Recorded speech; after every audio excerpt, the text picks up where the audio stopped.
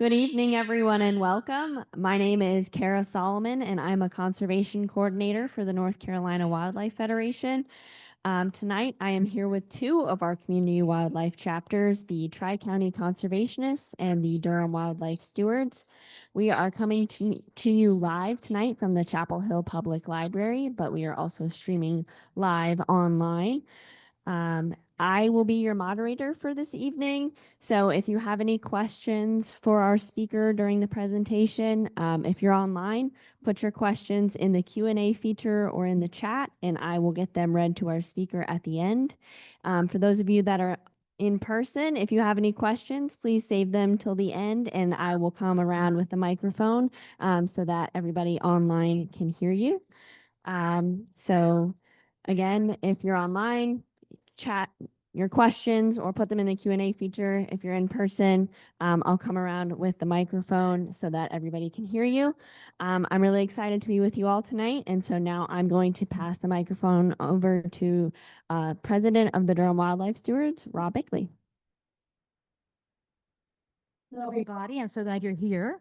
And all the people on Zoom, hello there. The Durham Wildlife Stewards is brand new. We really became official just this spring. We started last October, so we're not even a year old. But we are the chapter of the Durham County chapter of the NC Wildlife Federation. I'm going to read you our mission. It went away.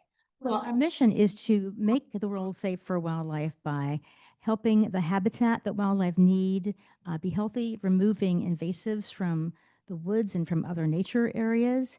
And it's also to invite people back into nature through adventurous educational programming, getting out in the woods, getting out in nature, and also through educational talks like the Red Wolf talk we put on at the Durham Library, which was well attended, and this talk here. And we'll have many more coming up. So we want to get people connected with the joy of nature. So thank you for coming. And I'm going to give it over to Laura. Thank you, Laura. I'm Laura Keeper. I'm the president of the Tri-County Conservationists. We're a volunteer chapter of the North Carolina Wildlife Federation, and we are Orange, Alamance, and Chatham counties. We do, like Ross said, well, right now there are about 11 of us chapter leaders, and we meet monthly and plan events, and we do a lot of invasive removals in city parks. And we also have collaborated with the Triangle Land Conservancy and worked on their land. We're working on a new restoration project for the fall where we've already done this in Bowling Creek, where we purchase, using donor funds, we purchase native trees and shrubs and replant them where we've removed invasive. So we're trying to help wildlife restoring their natural habitat. So we would love to have new members. If anyone is interested, we have an email sign-up sheet, or respond to one of my emails for an invitation for an event, or just talk to one of us after this event. Okay, so now I'm happy to introduce A.K. Kelly and her colleagues, Matthew Manchester and Renee Brown. So AK is the area ranger for Orange and Durham counties for the North Carolina Forest Service. Matthew Manchester is the assistant county ranger for Durham, and Renee Brown is the district ranger for forest management. I got that. Okay. AK got her bachelor's from in environmental science, and she most recently worked in a forest ecology lab at Duke. And I asked AK, what had you become a forest ranger? It's not like a common job or anything. And she said that she loves to work with people. So we are the lucky recipients tonight of AK and her colleagues telling us about forest management, the services that forests provide, and the threats that forests face. So I'll hand it over to AK and her colleagues now. Thank you, Laura, too, for memorizing all those titles. I know they're all a little bit of a mouthful. To give you an overview, we have county staff in every county with the North Carolina Forest Service, but Orange and Durham counties are combined. So that's what makes the titles a little confusing. I am the area ranger for both Orange and Durham County. Matthew's the assistant. technically assigned to Durham, but I like them a lot, so I'm pulling them over to help me in Orange County a lot. And then Renee, as district ranger, helps support the county staff in meeting their the landowner needs. So specifically in the forest management realm of things, we have another district ranger who handles fire suppression. So today we're kind of just doing a little bit of an overview of how we manage our forests with this agency. We're covering pretty wide variety of topics, but that's because as county staff, we cover a wide variety of tasks. We wear quite a few different hats at the county level.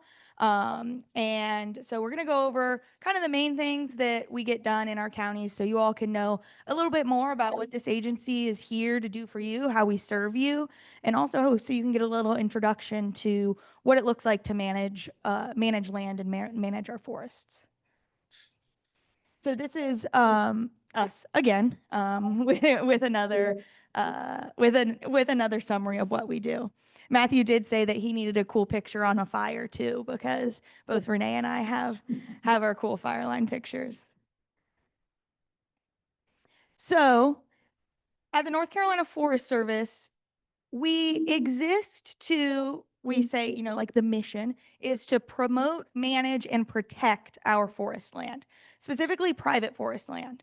And we do that through woodland management planning. So that's everything from helping a landowner decide when to harvest or what practices to do, to making sure the area gets reforested if they do decide to harvest, or thinning partway through, inspecting logging jobs for water quality violations, making sure, you know, logging is being done responsibly, and then continuing that cycle on.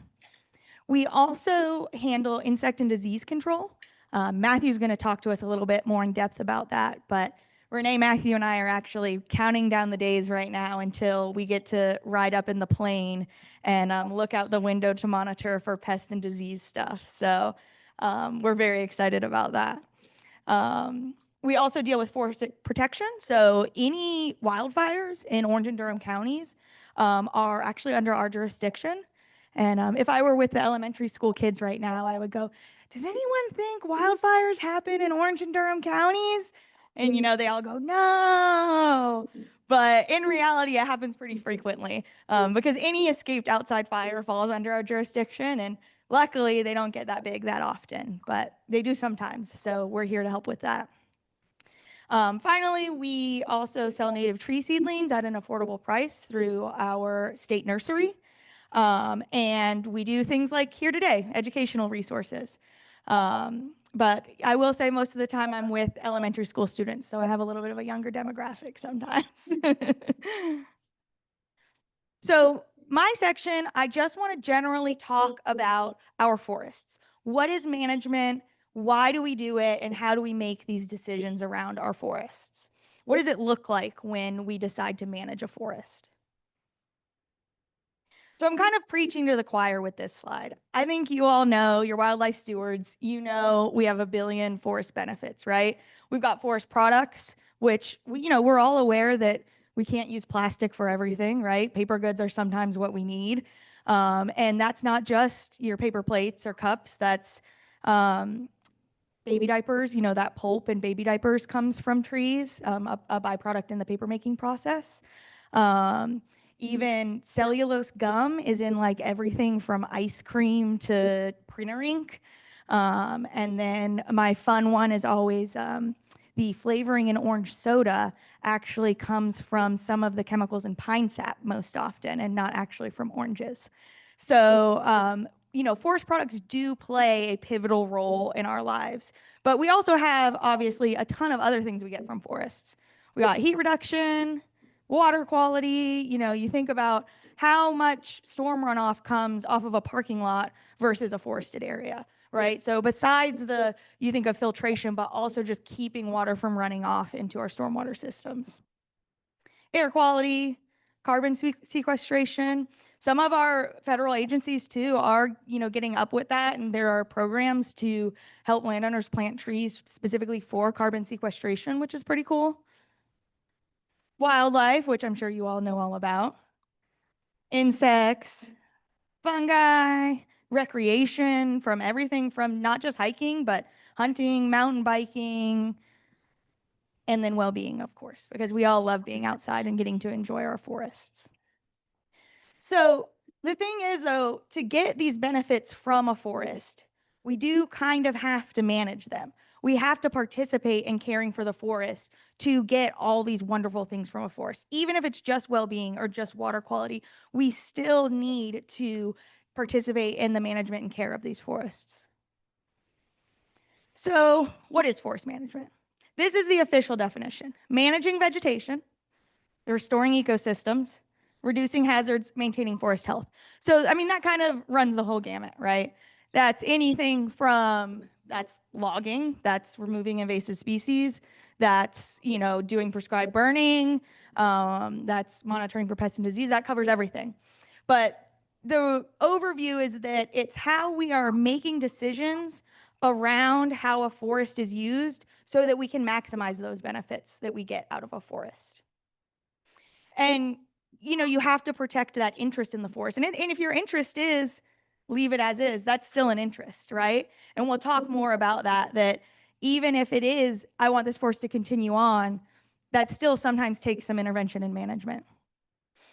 The one thing I'm hoping that you all kind of take away from this section is that managing our forests helps us make our forests work for us within the system that we're in, right? Because of the system that we live in, we do have to manage our forests so that we get the benefits, so that we can continue to have them around and continue to have forested land. So why can't a forest take care of itself? I ask this one to the elementary schoolers a lot too. And I go, well, why do the forests need me? Can't they take care of themselves? And with them, I do some analogy about, well, you grow okay by yourself, but sometimes you need to go to the doctor, right? And the doctor helps you and you need medicine. But obviously it's a little more nuanced than that, right? It is about how even if we were to leave a forest as is, we are constantly affecting forests just living as humans around them, right? We have stormwater runoff from urbanization around our forests. We have introduced pests and diseases, invasives. We have, development surrounding forests that's reducing wildlife habitat, making, this 1 acre wildlife habitat is a lot more important now, and we have to maximize it because it's surrounded by apartment buildings, which we all know about in Orange and Durham counties, don't we? And so the point is that we are always affecting forests, even if we wanted them to exist in a vacuum where they fully took care of themselves. And so we use land management to mitigate and manage those effects that we have as humans. And also, we have a history of land management. So I think everyone knows, is familiar with the story about prescribed burning, right? How Native Americans would often have practices around fire that we categorize now as land management. So it's been a long history, but it didn't stop there. We have always manipulated the land around us. So even after that, we had clear cuts for crops and pastures, right? Pretty much every acre in Orange County has been clear cut within the past 100, 150 years at most, but probably closer to within the last 100 years. So, the forests around us right now have already been manipulated and clear cut because that's what people did. That's how people lived off the land. You also have grazing cattle and forest stands. So that adds a huge selection factor. Sometimes we get to see it on the ground, honestly, all the time when we're doing timber exams on people's properties.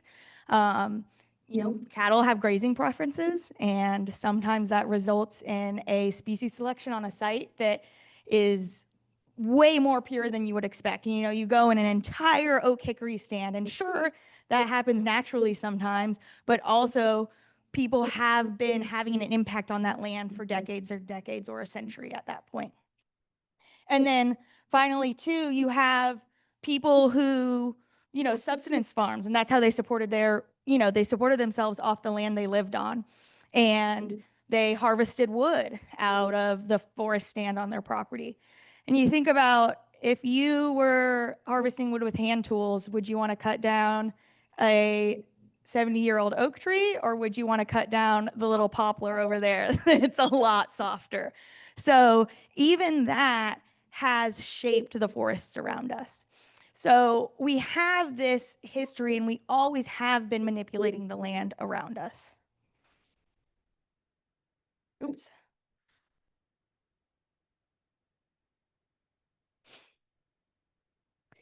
So when we get to what management looks like today, my big thing is management requires a goal. I'm going to say it again. Management requires a goal. We get a lot of calls at our office, and I love it. I love that people want to care for their land, but they call and they say, I just want to take care of my forest. I just want to be a good steward to my forest. And that's great, but we do have to have a goal in mind when we're deciding how to take care of a forest. Are you taking care of it to maximize wildlife? Are you doing timber? Are you trying to do the most sustainable, low impact timber harvesting? Are you doing firewood, or are you trying to make the most money possible? Recreation. So are you doing trails? So whatever it is, it might look different. For wildlife, maybe we're creating food and habitat, we're burning, we're creating a really open understory, or you're looking for different wildlife, we're creating food plots and meadow areas. So timber, like I said, are we growing the fastest, best quality trees we can? Or are we growing the biggest diversity that we want? Or are we trying to, just maintain a forest cover? And then recreation, are we trying to build trails responsibly? Are we trying to manage hazards?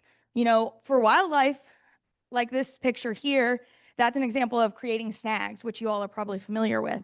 You girdle or kill off a tree or leave a standing dead tree. It's great wildlife habitat. But when we get to recreation, it's conflicting, because now I have a trail that people are going down, up and down on, and it's creating a safety hazard. Or I really care about just native plants, but I have kids who want to play in the woods, and this is full of poison ivy. Well, poison ivy is a native plant, but how are we going to balance these competing or conflicting management goals?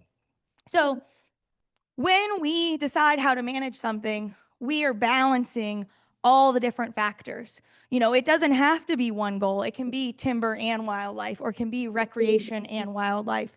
But you have to have a goal. And that gives you direction in how you're going to care for your forest.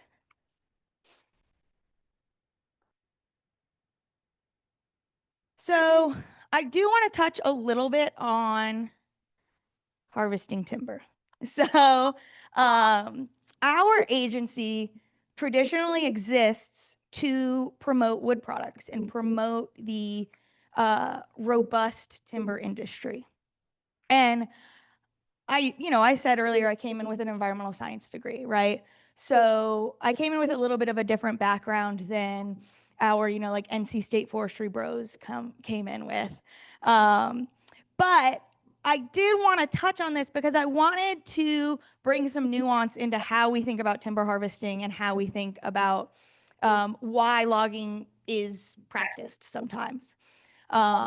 So the reasons that people harvest timber, they're just as varied as the reasons people are against it, right? A lot of times you have people who need the income because they want to keep, that's their one source of generational wealth, is this property, and they need some income so they can keep it, because it's not free to own land, unfortunately, right? You have property taxes, you've got upkeep, you've got this and that. So sometimes that little bit of income is what keeps a piece of property in forest instead of being sold to developers. Sometimes too, it's, reducing wildfire risk. I just had, this past spring, Matthew and I had a fire up off St. Mary's Road, and it was in a beautiful stand of woods right next to the Eno River State Park. It actually crossed into the state park a little bit. And Unfortunately, the age of the timber stand really factored into how dangerous this fire was, because it was a pretty low intensity fire, stayed in the understory, but it was an over mature timber stand that had tons of standing dead snags and dead wood. And it made it, one, super dangerous for us to be working in it. And two, it spread the fire faster, because instead of a fire staying in the understory, it climbed up a lot of snags, and then those snags threw embers and it threw the fire faster. So that doesn't mean that everyone needs to cut down every snag in their woods, right? That doesn't mean that every piece of woods needs to be clear cut, but there are reasons why people might balance other options when they're deciding how to manage their forest. And it might also be we need wood products sometimes, sometimes that's what has to happen. The timber industry is the second biggest industry in the state of North Carolina, the second biggest. So there are a lot of jobs that are supported, and there's a lot of economy, because in North Carolina, let me pull up the actual stat. I think I have it here. Maybe not. No, I don't. I thought I had this stat. It was like, I want to say there's 18 million acres of forested land in North Carolina, and 15 million is private. So that's a lot of private landowners having to deal with the expenses of keeping their land in forest. So again, I'm not here to say we should clear cut everything, obviously. I'm saying that we have options. There are other options to harvest timber. We can do patch cuts, we can do seed trees. I mean, all these things we could go into detail of the benefits and the cons, but it's a complicated decision for people. We're also really limited by logging equipment. Logging equipment has gotten bigger and bigger over the years, because it's safer for loggers. It's very dangerous to do logging. But as the equipment has gotten bigger, it's very expensive to move it. And so we run into people sometimes who would love to do a select cut. They don't want to have to clear cut their land, but they only have 25 acres and they can't find someone to come cut it as a select cut that way, because that equipment's so expensive to move. The person needs to make it worth their money. So again, not that I think a clear cut is pretty or anything, but sometimes people have other reasons they make these decisions. And these decisions aren't an end all be all for all environmentalism, right? Because we're still continuing to have this land in use as forestry. It's not an apartment building or a strip mall. And we have plans in place to continue sustainable forestry after that fact. Like we have, our agency has cost share programs and monitoring. We make sure logging happens in a sustainable way. We help people replant trees so that the trees don't end up, it doesn't end up bare soil. So anyways, that's kind of my soapbox. I apologize. We get that. I have to give that a lot. And the point is just that we are just finding a balance between a lot of conflicting interests. But at the end of the day, we're all trying to keep forests, in trees. And we're all trying to find a way to make forests work within the system that we're limited by, which is, money. But I will pass it on to Renee. She has much more exciting things to talk about. She's going to talk a little bit about fire and what our agency does with fire. Okay, hello everyone. My name is Renee Brown. I'm the district ranger in charge of forest management. AK said that she joined the Forest Service because she likes helping people or talking to people. I joined the Forest Service because I like talking to trees. So we'll see if this goes as well as her presentation because she killed it. So I'm going to talk about fire. She kind of stole what I was going to talk about, but do you guys think that we have fire within Durham and Orange County? Yes. So we respond along with the Durham and Orange Fire Department to all outside fires. So that could be a field burning or someone's backyard burning. So obviously we know that wildfires are very detrimental to the landscape. They can cause a loss of life and property damage, disruption of infrastructure, if it's exceptionally large, habitat destruction and loss of biodiversity, soil and degradation and erosion, water quality issues, and air quality degradation. So these are all pictures that I've taken out on the fire line. We also are able to go to fires out west. So some of these are from California, Washington, from North Carolina as well. So definitely it's a very erratic thing, very hard to control. But luckily, because we live in a super urbanized area, most of the time our fires don't get big enough like this. So luckily we have really great fire departments with us. So how do we fight fire within the North Carolina Forest Service? All of these are, well, one of them is from Washington, but most of them are from North Carolina pictures. So we have helicopters, we have fixed wing planes. AK and Matthew have Type 6 engines that carry 200 gallons of water. So they're fire trucks as well. We also have hand crews that we go out. So not only do we help landowners manage their timber, but we also are trained to be wildland firefighters. And then we also have bulldozers within our district. So we have 4 bulldozers within our 8-county area. And then we do have accessibility to the red fire extinguisher or the red, what is the term?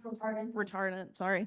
That was with the U.S. Forest Service. We were in conjunction with them. That was a couple months ago in Henderson County. We were using them. So, but we do all of this within the North Carolina Forest Service, and we have access to all of these within Durham and Orange as well. Pretty crazy. You have a question? Of course. So what are the bulldozers for, just getting rid of the debris after the fire? Yeah, so you need different parts of the fire triangle. One of them is fuel, right? So if we use our bulldozer to get down to bare dirt, we're getting rid of that fuel and the fire will stop spreading. Okay. And are they, the people who are using the hand picks, are they making a fire line or what? Yep, they're doing the exact same thing. It's just a smaller area of bare dirt. So they're digging down to bare dirt so that the fire will stop spreading. Is that what a fire break is? Yep. Yes. But it's definitely much more taxing on the human body. That's why we definitely like to use bulldozers more. But just like everything, the easier it is, the more dangerous it can be. So, kind of tough. But all right. So here is the last 5 years in terms of how many fires we had within North Carolina and the number of acres. So you see that it's kind of erratic depending on the year. I would say that we're probably going to be high just because of the Helene damage that we experienced this past year. We've had quite a few fires out in western North Carolina. I probably think it'll be more, but just keeping in mind, we have 4,000 to 6,000 fires within North Carolina. Oop. And then here is the number or top 10 states for wildfires. So if you see number of fires, we're number 3 within the nation. California is first, Texas is second, North Carolina is number 3. So we have a lot of fires within North Carolina. And then you can see acres burned on the opposite side. We're nowhere close. All of these are way higher than we are. So we have a lot of very small fires within North Carolina, but we have a lot of them. So that's one of our main purposes within the North Carolina Forest Service is educating landowners about how to burn safely. Perfectly fine to burn yard debris, nothing trash or anything. So anything that comes from the ground, leaves, sticks, debris, that's legal to burn as long as you go through the proper precautions, which I will show you. But if people do not burn safely, that's why we have 5,000 fires a year, or a year. So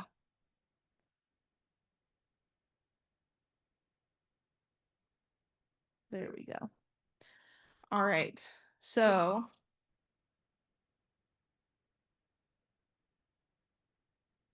there we go. So these are our different sections of different causes of wildfires. Number one is debris burning. So that is our main cause. It's a little blurry, but that's at 38% of our fires is debris burning. Second is children. Incendiary, arson. Smoking, people think smoking is a major section of what causes our wildfires. It is not. Cigarettes, we need the relative humidity to be below 25% for a cigarette to ignite. That rarely happens. So smoking, not normally the case. Miscellaneous, that could be anything. Lightning, we call it acts of God. So, and then machine use. Maybe someone's pulling a chain behind their truck. So, but debris burning is definitely our main reason for wildfires. Someone lights a burn barrel and then they decide to go to Walmart, or they mix up their ash pit and they're like, oh, that's fine. And then it could ignite a week later. So this is our statistics for Durham and Orange County. We don't have too many, but we definitely have high numbers. We have high numbers, but low acreage. So in Orange County last year, we had 59 fires at a total of 46 acres. And then in Durham County last year, we had 50 fires at a total of 49 acres. And that's all because of response of landowners being conscious of when to call 911, and also our fire department being amazing. So we do plow fires. It's kind of low compared to a lot of other places, but in Orange County, we plowed 7 fires in the last 5 years and 5 fires in Durham in the last 5 years. I think that number will go up because AK loves calling the bulldozer. Signatures. But I think that number will go up just because of it's easier on the people, you know. We get to put out the fire quicker than if we use humans.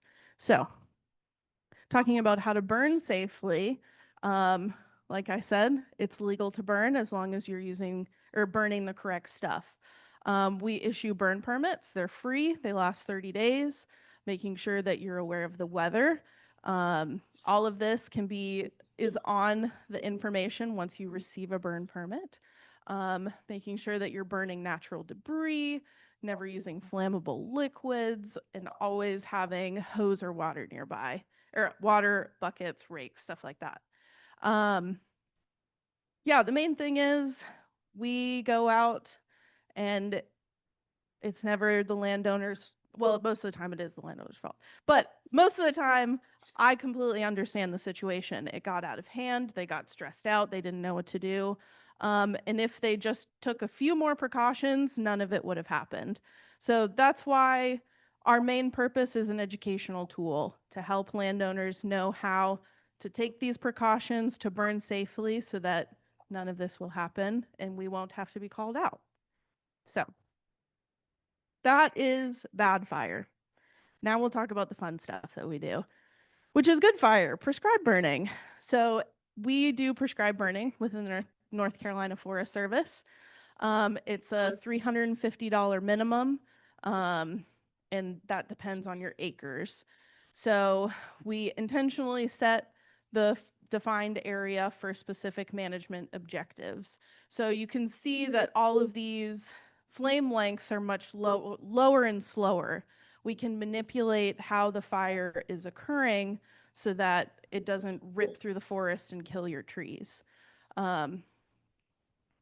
And the main, oh my gosh, I keep stepping on that. Main purpose that we do assist with wildlife.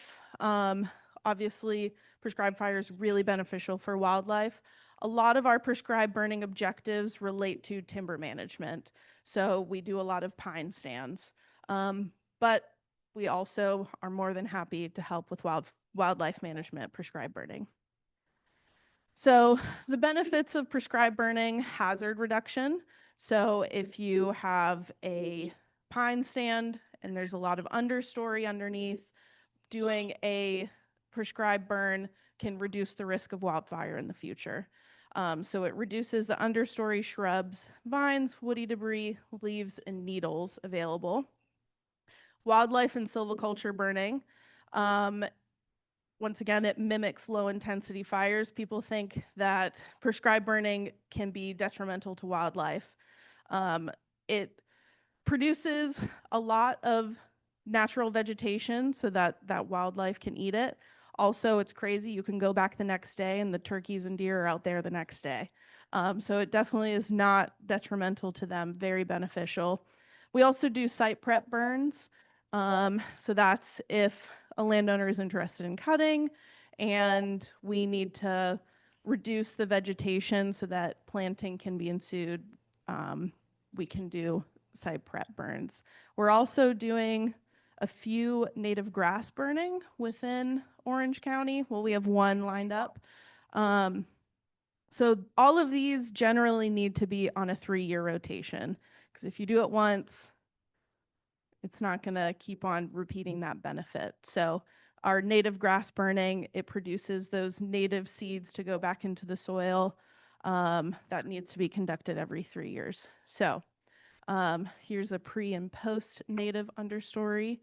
One of the main things to be conscious of, we need to be very aware of smoke management. So if you're in the middle of the city of Durham, obviously we can't do it there. But more rural areas where there's less smoke management, where if there's a church nearby and we can't send the smoke that way, or if there's a school nearby or a major roadway, those are all things that we need to be very conscious of. So sometimes, unfortunately, we do need to turn down prescribed burns just because it's not feasible for us to do it because of where the location of the stand is. We're always more than happy to come out and visit and see if there's any other forest management thing that we can do that isn't prescribed burning. But just something that we always need to be aware of within Durham and Orange County compared to Caswell, Granville, Person. So You couldn't come back to my HOA and do a prescribed burn on all. it'll be a little difficult. It's only privet. Yeah. I mean, it'll be difficult. If we do a lot of large burns, we are doing the native grass burn is 4 acres, so we can do small acre burns. It's just sometimes it can be more difficult, surprisingly, than a 100-acre pine stand, just because we can run through a pine stand, but it's much more mitigation if there's homes around for us to do a small acre burn. So let's talk about bugs. All right. So today I get to talk to you all about one of my favorite parts of forest management, and that's going to be insects and disease. So working in Orange and Durham counties, I think we're really fortunate. We have a lot of really interesting mix of forest types. So, we have some areas here that are really urban, some areas that are still really rural. We have traditional timber management, things like that. So we get to see a lot of variety. But generally, regardless of the forest type, we're going to be looking at 2 main factors for forest health, and that's insect and disease. So disease is the #1 cause of annual growth loss for trees in North Carolina. So with our diseases that we have, we're not always seeing them really deadly, leading to tree mortality within a year, but they can impact the tree's growth year over year. So we're seeing, they stress the tree out, they cause it to lose nutrients. And particularly when we're managing for timber, that can be really important, seeing those losses year over year. So when we talk about diseases in the forest, what we mean is a negative health condition caused by a pathogen. So in our forests, that can be a large variety of pathogens. We have viruses, bacteria, there are microorganisms like nematodes, and also fungi. So fungi are the majority of diseases in the forest, but it can be a lot of different pathogens. And just like there are very many pathogens, there are very, very many types of diseases. So we can see that diseases manifest in all parts of the tree. We have branch and stem diseases, which mainly show up in the trunk and the main branches. We have diseases that are focused on the foliage, the leaves of the trees, things that are specialized in the roots, and even things that get into the tree's vascular system. And those are disrupting the movement of nutrients. So the bright side to disease management is that a healthy tree that doesn't have anything else going on with it is much less likely to pick up a disease. So if we can keep the trees healthy and vigorous, that's a lot of the disease management done, is prevention. But the other side of that coin is that once the disease is in the tree, once it is infected, management becomes very difficult. So there are many cases where there's not an effective treatment for the disease, or even if there is a treatment, it's really just prolonging the tree's life. It's not going to cure the disease. So when we talk about management, when it comes to forest diseases, what we're really focusing on there is prevention. Now, on the other hand, we have lots of ways to manage for prevention, right? So a lot of this goes back to what AK was talking about, where good forest management is going to get you most of the way there. So one example is thinning practices, right? We can influence the density of the forest, and therefore, we're providing more nutrients. It's less competition, so we're going to have a lot healthier trees than we would in an overstocked stand. We also have concepts like right tree, right place. So when it comes to reforesting or even just one individual tree in your yard, choosing a species that's going to do well in that place and kind of setting up the tree for success rather than picking a ornamental species or something that's not right for the site that'll go on to struggle throughout its life. Here in the North Carolina Forest Service, we have a couple of programs that are specific to this. So one example of this is our nursery and tree improvement programs. So our nursery teams do a really good job of selecting healthy individual trees, using those to create a line, genetic lineage. So AK talked about this a little bit, but we have several lines of improved tree species, and those are available to landowners who have timber stands here. So that's one way that we're improving the genetics and we have healthier trees. But the thing with diseases is that even when you have really good preventative practices, they're always going to be present in the ecosystem, right? So, for example, a fungal disease that spreads by spores, those spores are always going to be present in the air. So normally, a tree would have its own natural defenses to deal with that. And it's just when we see them have those other secondary stresses that their natural defenses are not enough and they're able to get to the disease, right? So even with our good forest management, our nice genetics, there is going to be disease in the forests. So we have a couple ways to do this. Number one is we have a really robust monitoring program. So we have a great team of the pest and disease specialists who do surveys for diseases. Particularly, we're looking for invasive diseases. So we know where they're at in the state, where they might be moving to. But we also keep track of some other more severe diseases. So we have monitoring programs, but we also here at the county level offer diagnostic and educational services.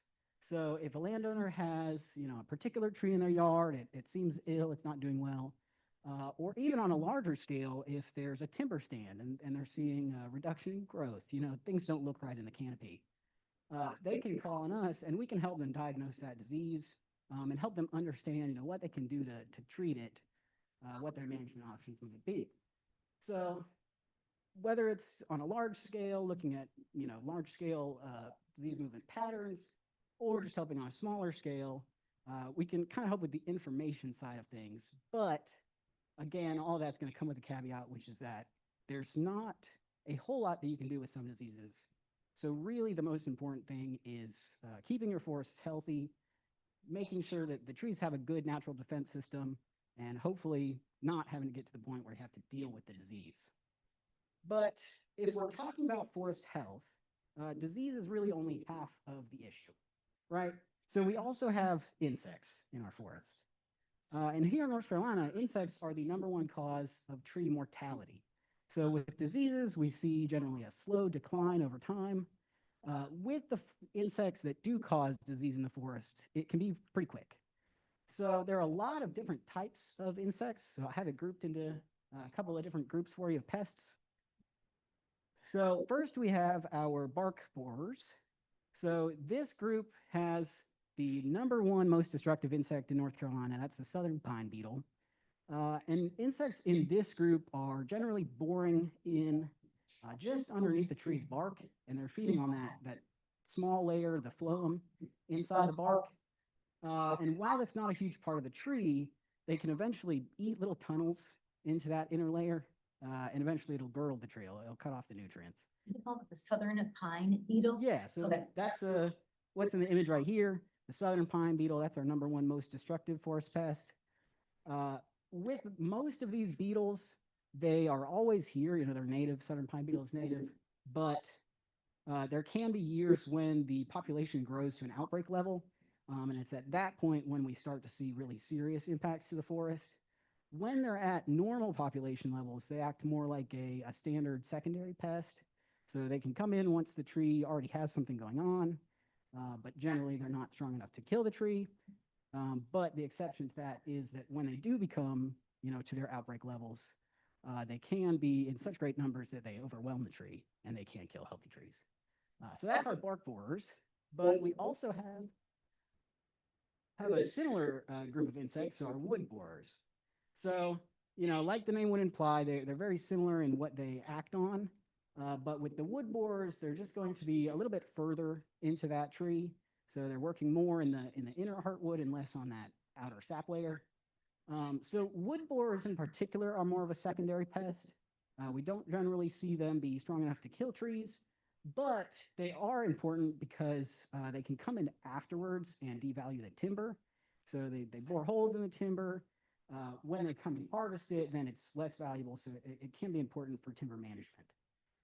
We also have our piercing and sucking insects. So these are things like aphids. Generally speaking, these are going to be a very minor impact on the tree. They're pretty small pest. They're just feeding on the juices, the liquid in the leaves and the foliage. But there are a few particular species that are very problematic here. So particularly in our Christmas tree orchards, they can be a problem. And we do have invasive species that in the western part of the state, hemlock woolly adelgid, is really becoming a threat to even whole species of trees. So generally, very minor. In a small handful of cases, very major. Now, this group is one of my favorites, the defoliators, and we have a lot of a really cool variety in these groups. But generally, these are going to be insects who are feeding on the leaves of the trees. So they can just eat 1 or 2 leaves. They might strip a branch. When they're in really high numbers, they can take the whole tree. All of its leaves are defoliated.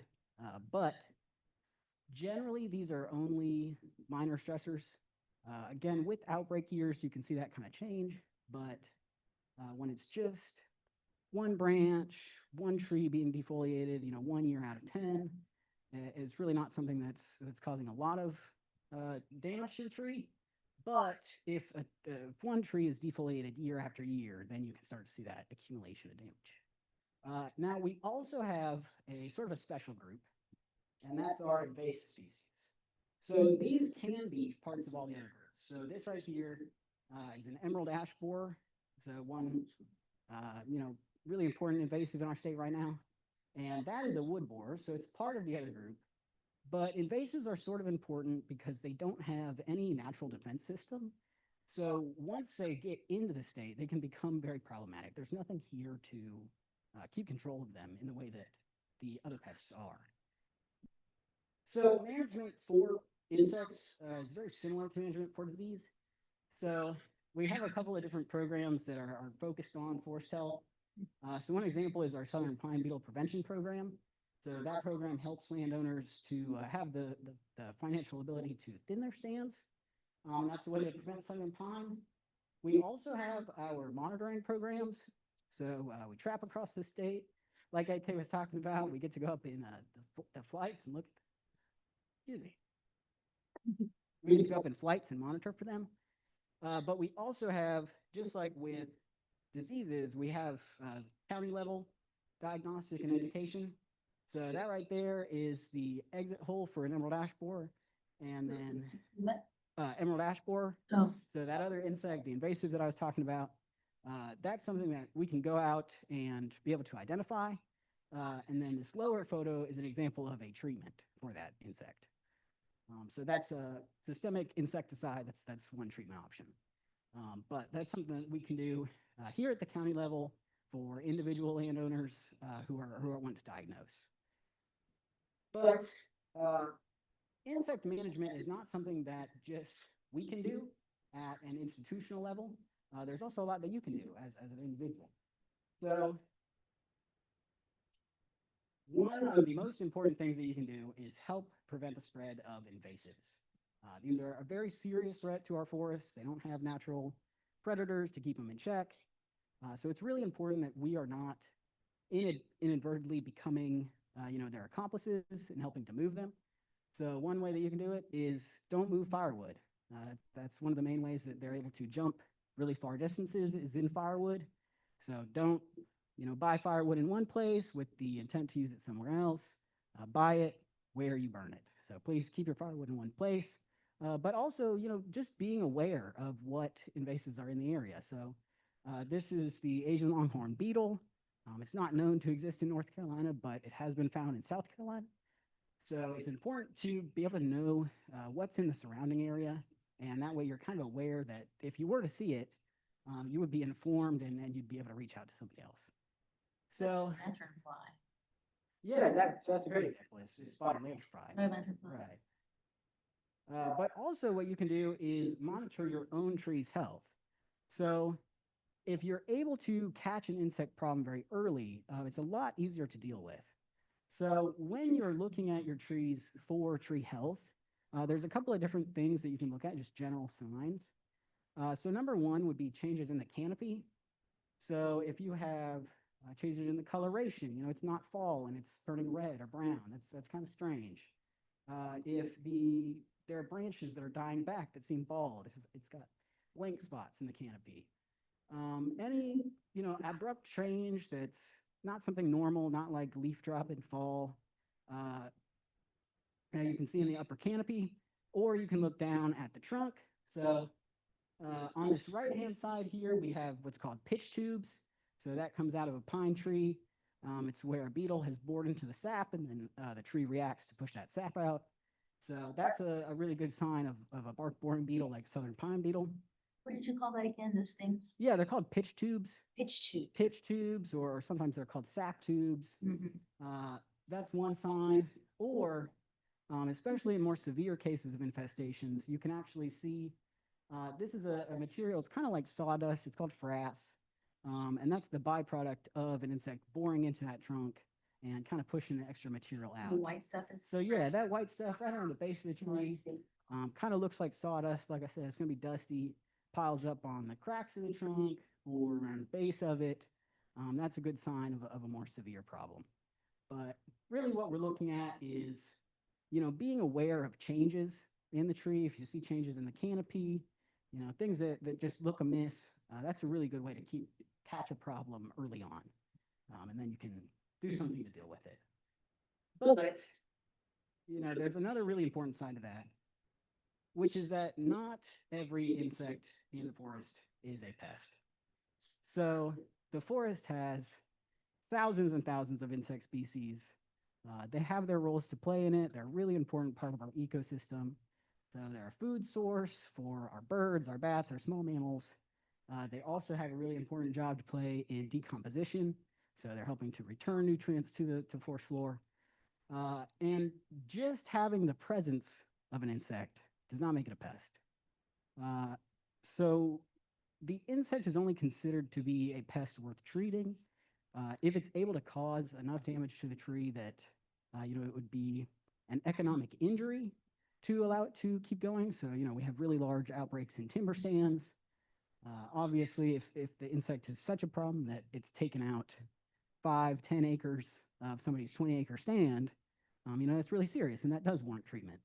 But if it's just that there's one yard tree and somebody has noticed caterpillars on it, and those caterpillars are starting to eat the tree's leaves, it may not necessarily be something that needs to be treated.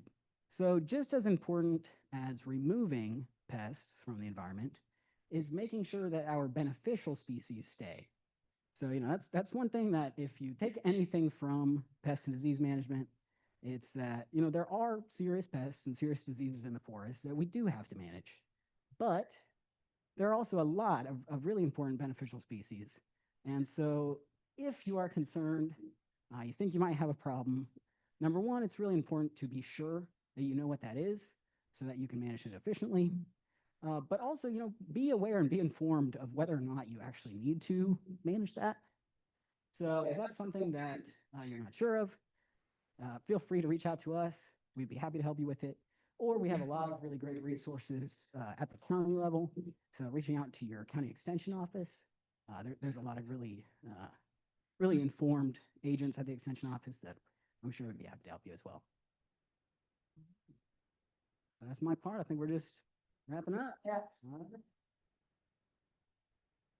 Yeah, so that's it. Thank you everyone for listening. I know we went a little bit over on time, but happy to take questions now, Kara, if you wanted to pull some of those.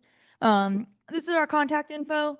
I've also got some cards over there by the pamphlets. So feel free to grab a card if you have any questions about a single tree in your yard, taking care of the acre in your backyard, taking care of the 100 acres that you have.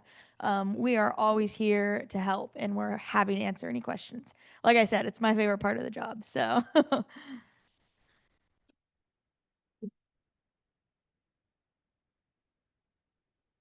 Thank you all. That was a wonderful presentation. We already have 2 questions online, and then we'll get to the ones here in person.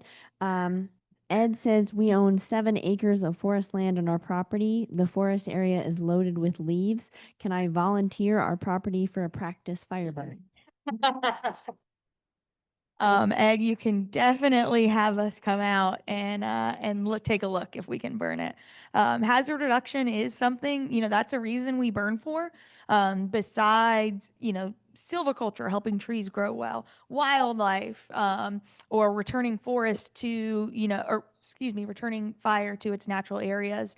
We also burn for hazard reduction because obviously if there's less fuel buildup because we burned it purposefully, when it catches on fire accidentally, the fire will be less destructive. No, we don't do it for free. That was my nice way to say that. Great. Thank you for that. Another question. Somebody also has a political science background and is wondering about your journeys into conservation and forestry. Do you have any other education, like grad school involved? Like, tell us a little bit about your story about how you got involved with the North Carolina Forest Service. You all already heard my story, so I'll make it brief. But I have an environmental science degree. I just have my bachelor's. Our assistant county ranger positions are an entry-level job. Generally, people in our agency have a forestry degree, either a 2-year or a 4-year. But at the county staff level, you see a little more variation, and especially in more urban counties like Orange and Durham. I think, the 3 of us are much better fits for this county because we like to get a little creative and like to kind of talk about different things besides traditional forestry. My question. So I'm pretty similar. I just have my bachelor's degree in environmental studies.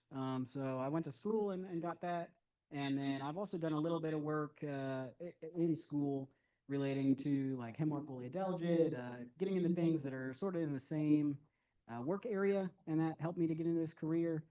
Previously, I worked in the Pest and Disease Lab for Department of Agriculture, so again, kind of related, but yeah, I think it is less of a education requirement than some people think it is. A lot of people think that we need to have forestry degrees, but like AK was saying, there's several of us who are just in environmental science, environmental studies, and are able to get in, through sort of a related pathway. Biology sometimes. I also don't have a forestry degree. My degree is in conservation biology from Appalachian State. Yeah, I started off as assistant county ranger, took area ranger, and then moved up to district ranger. I didn't really know what the North Carolina Forest Service did, but I just went out on a limb and then ended up really liking it. So we have a lot of diverse backgrounds within the North Carolina Forest Service. I feel like it's transitioning from forestry more towards conservation biology, forestry, environmental science. And I think we're doing better, in my opinion, because we're helping more diverse landowners. One last question from online. In your categories of the causes of wildfires in North Carolina, there was a category called incendiary. Is that the category for arson? Okay, great. All right, now we'll take any questions from those in the room, and I'll pass around the microphone so that everybody online can hear. Hey, first, thanks so much, you guys. That was really awesome. I have a question about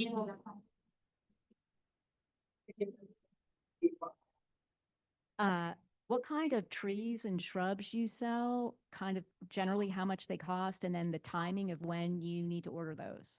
I'll let Renee take that because she handles our seedling delivery and stuff. Yeah, so it is after July 1st, yes. They go on sale July 1st. So we're a little late, but and a lot of them generally sell out pretty quick. So if you're interested in going to the nursery website, I would go tonight. But we sell all native seedlings, so all of the seeds are collected by North Carolina Forest Service staff and then transported to our nursery. Then our nursery grows them up. But just a range. Yeah, we have native grasses. We have a variety of oaks, a variety of hardwood species. They can be, depending on the species, they're sold in quantities of 10, 50, or 100. So kind of a lot. You can't just get one tree, but a variety if you want to talk to your HOA and you can get a bunch of them.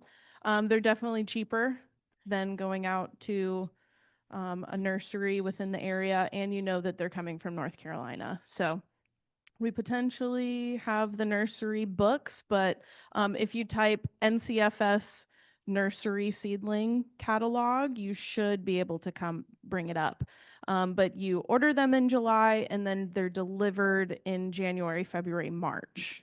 So, which is the best time for you to plant. So a little bit of a wait, but you can get it. 1 year, 2 year?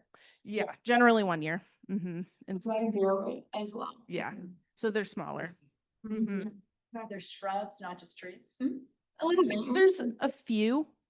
We definitely have more tree seedlings, but there's some hard shrubs. So speaking of Jalen has a good seed source on their property, let us know, because we do have to put in the hard, that's why it's so cute, because we put in the hard work of collecting the seeds. Not corn beans. You said, Because I don't think the rain well. I've got tons in my backyard and they have catkins. Any other questions in the room? I have a billion ash tree seedlings. Oh, they are, it's amazing how quickly the ash trees come back up. I mean, when we go onto sites that previously were well populated with the ash trees, I mean, all over the Grand region will be little ash, seedlings and saplings. Well, they don't seem to last very long past that stage, unfortunately. I have a question about the kind of invasive pest management. How involved are you guys with kind of like the science to fighting the invasive pests? I would say not very. We have a really good pest and disease team. So particularly in Western North Carolina, thanks. So particularly in Western North Carolina, there's a lot of work being done on hemlock woolly adelgid. So, I know that there are field studies going on as we speak, especially for hemlock woolly adelgid, but we also have a lot of emerald ash borer here. So I know those two areas are areas that they're specialized on and kind of working on, since we don't have a really good solution for them yet. As far as here at the county level, we're mostly just involved in our baseline diagnostics, getting out to landowners, and then also, like we talked about a little bit, there's some local surveying efforts. We get to do some aerial surveys, so we're involved in monitoring, diagnosis, some treatment options. But as far as the actual science and the studies of it, that would be more regional level staff. Yeah. A lot of what our pest and disease division does is help with the administration and the actual groundwork of more broader federal programs. So like a lot of U.S. Forest Service programs that are focused on the Southeast, our Pest and Disease Division will be focused on like administering, so doing that trapping or that monitoring, and then submitting that data up to the greater Southeastern data set.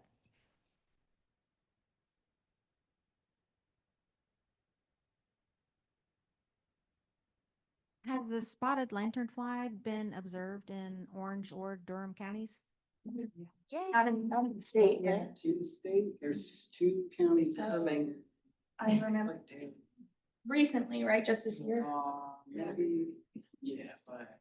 No. No. There are only, we were talking about, there are only 2 counties in the state that it's been observed in, and pretty recently in the past, like. In the past several years. Yeah, the past several years. We were trying to remember. Can't remember. Winston somewhere.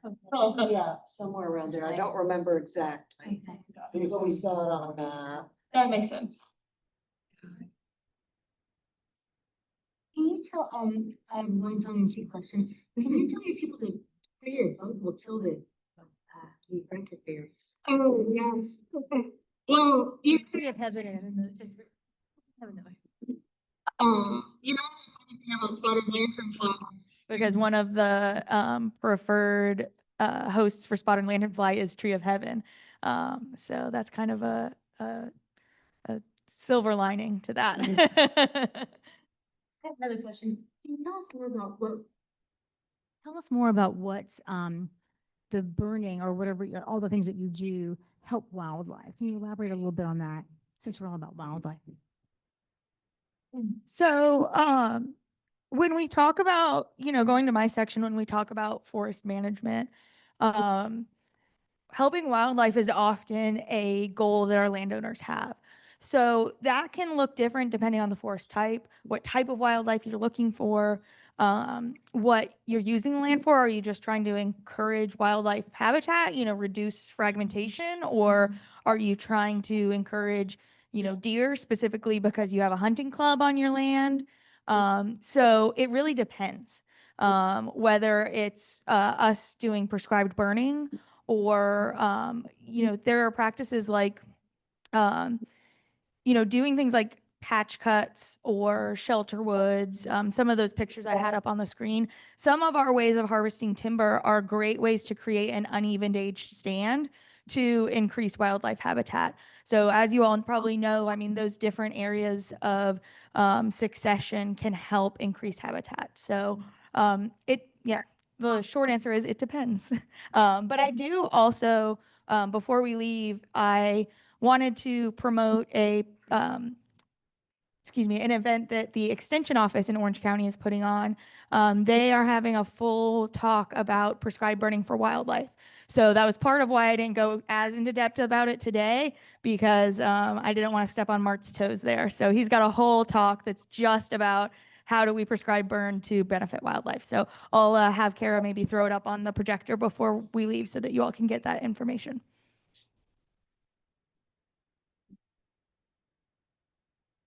So on that note, have you ever employed a turtle dog to scout the area before you do prescribed burning? I've never heard of this. They do exist. So it's like a dog that seeks out turtles so you can remove them from the area? This is not something I'm familiar with. My gut answer would be that most of the time we're reintroducing fire to an area that's adapted to it. We have fire adapted species.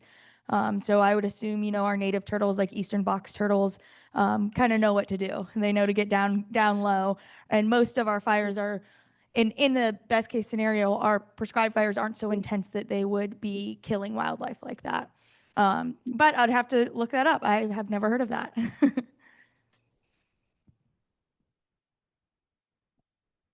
Last call for questions, online, in person. All right, then we'll wrap it up. Thank you all. Thank you, Renee, AK, and Matthew. Really appreciate your time. For those of you that are in the room, they brought some materials that are over on the table, so make sure to check those out before you leave. And yeah, thank you for joining us tonight. Have a great rest of your evening.